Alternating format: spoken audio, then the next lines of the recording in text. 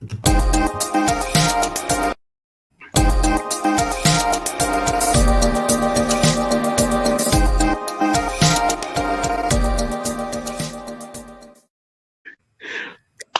back, Valiant Warriors. It is episode 26. This time, we're bringing you Savage #1. Long time coming. We've been waiting for this one for a minute. So much to talk about. As you can see, you got Max Bemis in the mix, Nate Stockman, Triona Farrell, like Hassan. I always butcher the dude's name. I no disrespect. I love your work. You're the best letter ever, but I always butcher your name. Otsmane-Elhaou. So I don't even know where to start with this one. Like, we talk about. Let's just start with the art. I think that actually is probably a good place to start with, because I remember like seeing like the teaser images and stuff, and it wasn't like it was one of those things where it's like it made you raise an eyebrow, but like in a good way. Because it's such a departure from like volume 1. And by the way, all right, Savage #1 just came out. Check it out if you haven't yet. We're just getting right into it, so you might want to read it before you. Because spoilers, there's going to be spoilers too. By the way, spoiler warning is officially now in effect. Okay, so with the art, right? So very big departure from the first series. Which at first I was like, oh, I don't know about that, but then. Like you see more of like what Stockman and the gang is up to, and it really works for this direction that they're going with the series. You know, sometimes you just gotta throw a complete Hail Mary from what people are expecting, and sometimes it lands, sometimes it doesn't. But this is one of those things where like it landed like so well, like it landed like it was amazing. Right? Like, I'm so glad we're actually able to sit down and chat about it now. I've been worried about giving spoilers up because, I mean, we're following up from, it's been a few years. Was it like 4 years since Savage #1? Yeah, since the first volume of Savage. It was like something like that, like 6 years or something, 6, maybe even 7. I don't know. Savage came out not too long after the initial launch of the 2012. So yeah, it's been a minute. It was a minute in between volumes. It's been a long time. Like, I remember when we first started this show, it was one of those ones that you were like, well, if they ever follow up on Savage, you know, like that's the one that got left hanging, and we weren't really sure where it was going. Volume 1 started in 2016. So I mean, it's been a few years, and you know, you get a drop off like that where you're like, you know, it's coming back. Valiant didn't do this for nothing. It's going to happen. It's just a matter of when. So when we get that follow up and we get this first look at the art, and we can see that it's a pretty drastic departure from the first volume, it was a little bit jarring to a lot of fans, and like myself included. I was like, where are we going with this? And you know, it was.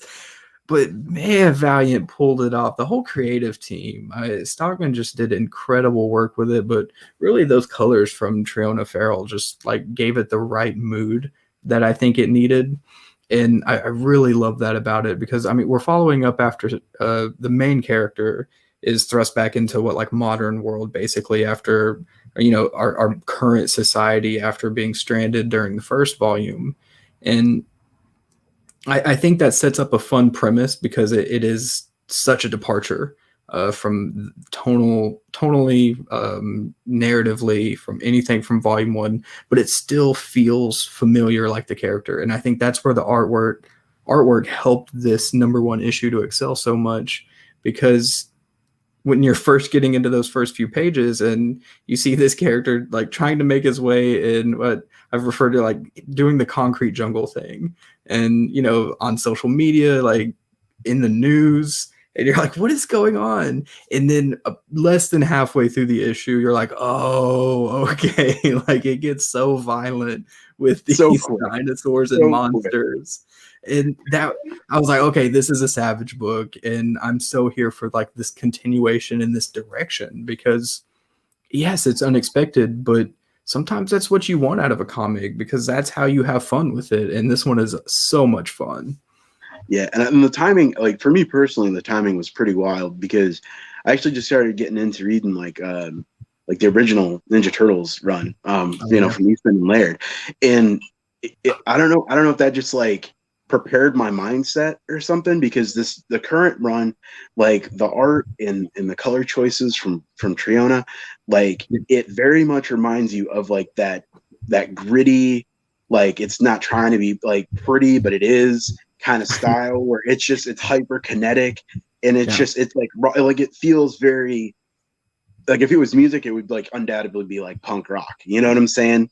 Like it has that vibe to it, and everything about it. It's just like it makes perfect sense for taking, Savage out of his natural element and putting him into this like jarring, everything's more fast paced, but it's like he's used to dealing with like T-Rexes that are dead in your face, and now he's got to deal with the subtleties of modern society. So it's like going from just a straight up fight to like guerrilla warfare, because people double talk and all that kind of stuff. He's not used to that kind of subtlety. It's just savage. You're gonna kill a dinosaur with your bare hands. You're gonna kill a dinosaur with your bare hands. Like there's not like it's gonna the dinosaur is gonna hang out with you for a while and then try to eat you when you're not looking.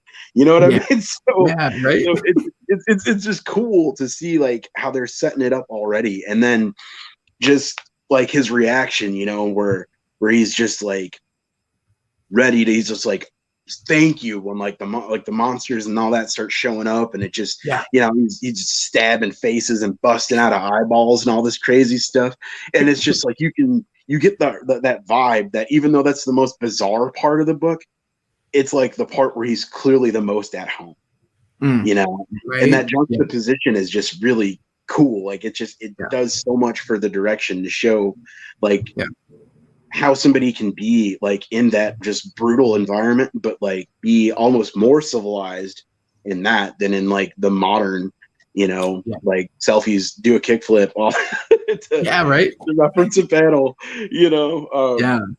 And I think it was such an interesting choice, because what we first saw was Savage like hanging out in this interview and like giving thumbs up and doing a product endorsement or something like that, and it was like, what is going on here? Valiant could have started just right out of the gate with Savage busting out of a monster's eyeball, and we would have been like, oh, Savage is back. And I think it was really smart of them to approach it the way they did, because they're really selling this direction of Savage in this follow-up and continuation of the character. And by kind of getting us on board for this new tone or this new approach, they did a lot of cool things in selling the story and making it work, because once, our familiar Savage is in and, he's chopping up monsters, it feels like it's something that we signed up for. And that would have been the big question is, if you start out with this marketing or promotion of this artwork of him busting out of these monsters' eyeballs, all violent like, the question is, how is this happening after what we followed off with, or what we left off with in volume 1? So what happened was we get something that is a direct continuation of volume 1 in the first few pages. It picks right up off of it.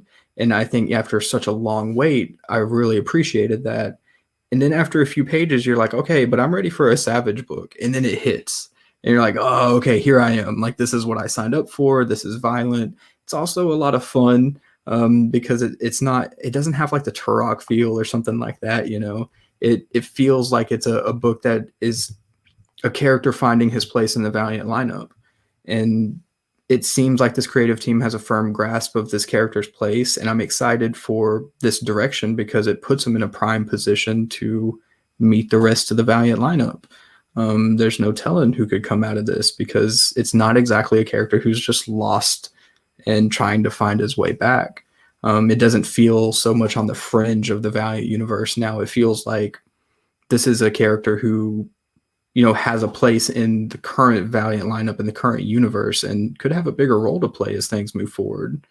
But one thing I wanted to touch on that you mentioned that I was actually really happy they did, it was not just resting on the laurels of making it like a Turok book, because let's be real, like there's no, if you've been reading Valiant for a little bit, the history with Turok and Solar, and Magnus the Robot Fighter, who they've kind of, I don't want to say replaced, but they have like similar characters, I guess, analogs, with Divinity and Adam 13, the Simulacrum Killer, and now Savage. But the thing that's cool about it is that even though they have that same almost archetype, they're all three of them are completely wholly different characters. And I mentioned this actually when we were talking about this a couple days ago, and then I made a tweet about it to see what other people thought. But the one book of all that it actually resonated with me from another Valiant book was like the first volume of Shadow Man, where, if you remember, it starts off and, Jack's just like playing saxophone and, like this chick takes him home and all that. And then it just instantly, things just go buck wild. And when he's going through that in the first couple issues where he's slowly embracing being the Shadow Man, that's the kind of vibe I got from Savage #1, except for like on fast forward. Almost, where he's already kind of like, all right, yeah, I'm like the celebrity kind of guy, whatever. But then like the moment hits where he gets to just unleash that brutal side, and it shows that weird balance of what makes Savage different from everybody else in the Valiant universe. And he's not just like some kid that's like a Mowgli imposter or something. Like, he's legitimately good at what he does, and what he does is stomping out monsters. So like he has his own niche already. So like you said, just like going forward and seeing how he interacts with like, say, Harbinger, maybe, because we know that's coming around the bend. Shadow Man, you never know how that might play out. I mean, and some other stuff. Like, what does a Savage meetup with Exo look like right now with where these two characters are in the Valiant universe? And that's what's so exciting about this #1, compared up against with what Valiant's doing right now in their comics. Such a perfect position where I want to see so much more and so much more interaction with the greater Valiant universe, and also where this character's at right now. And that's another thing too, is that it's a great time. It's just another like brick in the wall to just build up this fantastic entry point. I mean, Valiant's always been really good about being new reader friendly, but there's very rarely been as many times as there is right now, I would say, that is just like peak new reader. You got plenty of time between like now and Shadow Man #1, and then Harbinger #1 after that, to get on these books and like catch up on Otsmane-Elhaou. And then also you still have like just enough time, I would say, so to speak, where you can go back and read like, Savage Volume 1, or like the last, catch up on Matt Kent's run of Otsmane-Elhaou, or even Andy Diggle's Shadow Man, or any of those things that just ended before. And then even the same with like, say, Bloodshot, and so like, which you nailed it. The one that I do want to see the most would totally be Savage and Otsmane-Elhaou. I think that would be like the most hilarious pairing right now, because they're like on opposite, they're on opposite ends, but also like not like power wise, they're completely different, Right. Yeah. But they're both in that like, we're celebrities now, we kind of got to be like heroes, but really we just want to like, rip off dinosaur brains and like, roast them on a fire and just eat it. You know what I mean? Like this, they're both just that's like that barbarian. I haven't thought about it like that, because that's a big point with EXO right now, is finding the audience popularity, with the people around him. And that's kind of what the whole plot line is right now. And we can see like, he's not really popular as a superhero, but his powers are just immense. And we've got a costume or a suit upgrade with Shanhara, and then compared to Savage, we've got a character who has like no technology, who's still breaking off horns and stabbing them with it and like doing stuff like that. But like, one of the main panels of him flying into action is like, I love Savage, or like it's an emoji with like heart eyes and stuff like that. Like, people love Savage, and I think that's going to be a fun thing to play with in the Valiant universe. And that's an interesting position to find this character in, because it's so unexpected. Yeah. And that's just all the things that just go onto it to make it like its own unique flavor. You know what I mean? Yeah. Where it would have been really easy to just, like you said earlier, just to like pick up from where Savage Volume 1 left off and just, have him be all confused in the streets and blah, blah, blah, and make it like a whole like Home Alone 2 thing or whatever. But instead, them using that gap in time. Yeah, but instead they use that gap in time to just really, I think, really plan the best way to do such a drastic change. Because if we're being completely honest, like B. Claymore and who else was on it? Renato Gudez and I'm blanking on the other artist. Whatever, I'll get back to that. But they did such a good job with it that you almost don't want to try to imitate that again. You know, that's not like you don't want to go for a lightning strikes twice scenario, because what if it doesn't? Exactly. I feel like yeah. And we described this as a drastic change, but that I feel like that is a disservice because it's so familiar. It is a Savage book, and there's no way you're going to follow up on volume 1 and not have it be a drastic change because of that cliffhanger. It just wasn't going to happen, like no matter what direction you took. So the direction that we have now in this book is so great because of how familiar it is, and it's able to capitalize off what was established in volume 1 so well. And I think the big turning point for me is this new villain. Like, that's what makes things sell. So what did you think of this Project Bazaar, who has unleashed all these monsters around Savage?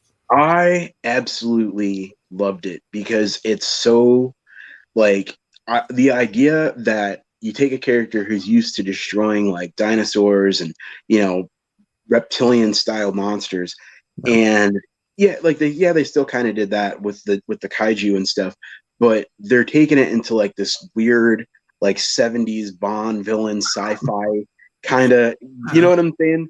It's one of those things where it's like it reminds me of like I don't know, like say like maybe like Arcade from like Marvel, or like some of the Jack Kirby Captain America villains, where they were all just very like, they were all super deadly and stuff. Like Batroc the Leaper will totally beat in the average person's face, but he's also like ridiculous, and you know, with the Z's and theirs and the mustache and everything. So it's like it hit me with a lot of those vibes where it was just like, we know that we're going completely tongue in cheek, but we're gonna make sure there's gravitas here, and we're just gonna make it awesome. And by the end of the number 1, I was like, there's no way, if you just enjoy just like high energy, well written, just fun action comics, even if action's not really your thing and you're more into like slice of life or comedy, or like I don't know, like I just read manga mostly, like this is still, there's something for everybody in just this one issue. So it's like, hats off to everybody involved in this. Like they like legit, like they from Max Bemis on up, you know, like they just killed it on all cylinders. And the thing I like too about with the Project Bazaar thing is that it's not as simple as just like there's some rich guy who wants to kidnap Savage, or you know, I want to destroy the world. Like I'm sure that some of that stuff will get folded in because it's comics, but it seems like a bigger thing. You know what I'm saying? It's like if Wolverine was Weapon X without Weapon X, and then like Weapon X came a knocking, like, hey, you're our kind of thing, you know? So I don't know.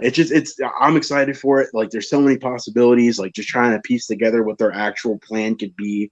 Because what else are you up to if you're, aside from just unleashing kaiju? Like there has to be like an actual plan there, you know? Maybe I mean, this feels like the first step. Yeah, I mean, there's something going on here because it's very spoiler filled, but we're left on this cliffhanger of Savage getting caught. He slaughters plenty of monsters and does it pretty violently, and that's where a lot of the fun is. But it doesn't really end that well for Savage, and we end up with him trapped basically and caught by Project Bazaar, who is this group of people who are kind of well dressed, you know, all things considered. They're pretty dapper. And that's where I think that 70s Bond influence where it kind of rings a little true, but it's so sci-fi and it's kind of more whimsical than you would expect, because they're, you know, they have these drones basically who are carrying or like flying these monsters off, and you've got what looks like a mech from the Alien movies that you know that they were like fighting them with, and they're carrying these monsters, and then one of the women off to the side is like injecting one of the monsters, or you know, pulling something out of it. So they're running all these experiments, and you can only wonder what they're going to do with Savage because they're so excited to be up close to them. So I think like that's where the future of this series is going pretty immediately, like as far as next issue goes.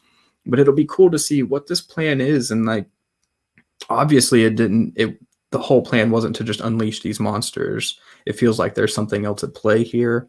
And my question is, with so much like widespread destruction, there's like, it's not like a news channel is going to miss this. So, you know, who answers this call? Who else is there in the Valiant universe to maybe pop up and be like, you know, what's going on here with all these monsters everywhere? That could be the point to both serve as a catalyst to push the series forward, as well as bring in other characters from the Valiant lineup. So it seems like a really smart direction. Yeah, and that's the thing too, is there was a lot, like, that was one thing that actually really had my, like, just all my cylinders firing, because you still have Livewire out there, like Secret Weapons' team, like Nikki and Owen and all of them. You know, we haven't seen Jamie Capshaw in a while, really. So what is she up to? We still haven't seen, let's see, whatever, the dudes that remain from Generations Zero, or like Faith could pop up. Like, that would be a pretty cool, you know, guest appearance, just to see Faith, because she doesn't have an ongoing right now, so why not? You know what I mean? So there's so much room just to have exploration, even if it's not like direct intervention from other Valiant characters. Like, I would be fine with just seeing them, like, you know, they're just chilling at a bar somewhere, or like, maybe not a bar, but like, at home watching TV or something, and they're just like, what is this kid some doing? slice of life hanging out for dinosaur faces and stuff, you know, like they're like, they're just, you know, like what their reactions are, like EXO just like gearing up, like, all right, I might have to get in if this kid's in over his head. And then them just seeing, like, nope, he's just really that dude. Like, he's good. He can drop monsters. Like, and just see, like, really, I don't even know if it might be EXO. Like, there's no way Troy Whitaker misses this, who's sitting there just monitoring everything that's happening and keeping tabs on EXO. Like, I don't believe somebody like that misses out on what just happened in Savage #1. You know, I don't know if we'll follow up with that or anything, but just kind of goes to show that there are a lot of eyes happening in the Valiant universe, and a lot that could come up. But that's what's so great about Valiant is, as a #1 issue, this is so accessible. You seriously do not need to read Volume 1 to jump into this book. It is not required reading by any means, but it does supplement the material really well. And I think it's that balance that Valiant does so well, because as a #1 issue, this has everything you want. You're introduced to the main character. You get very familiar with what he's about for quite a few pages of just like hack and slash action, pretty much. And I think with the end of it in Project Bazaar, it's not a character we've ever seen before. I might have to refer to your Valiant Classic, basically database of knowledge that you carry around with you on if this is some type of nod to an original character from the 90s or something like that. But it feels like wholly original. Yeah, I think it's I do think it's kind of an homage, maybe, to like the original Harbinger Foundation. But I'm gonna have to flip through some books to see if I can, because I do remember, say, like in like Turok Volume 1, there was a lot of like government involvement and a lot of just like really shady groups that were like after dinosaurs and wanting to catch Turok because he was so good at killing them. There was I actually just got done reading Turok. Was it like 4? I think like 4, 5, and 6, with him versus this dude named Long Hunter, where there's this like crazy collector where he's like, I just want to own Turok because he's the last, you know, savage Native American. So like he literally just hires these dudes to go kidnap him, and like he kills all these dinosaurs just to bait them, you know. So it's like, it could be that, like, this guy could just be a lunatic who's like, well, I own all these crazy monsters, and, you know, I got one of the Vine guys in the back here. Let's get us the savage from the far away, you know. So it could be, cool. Could definitely be something from like Classic, you know, an homage to the Classic. Because clearly, I'll tell you right now, just from like the art style and like the color palette choices and just like the vibe that like Bemis just kind of threw in there with the great mix of, you know, the Chuck's, I guess, his like begrudging embracement of celebrity and everything else. Like, there's definitely some old school themes And then like, like I said, like it really strong, like definitely. All right.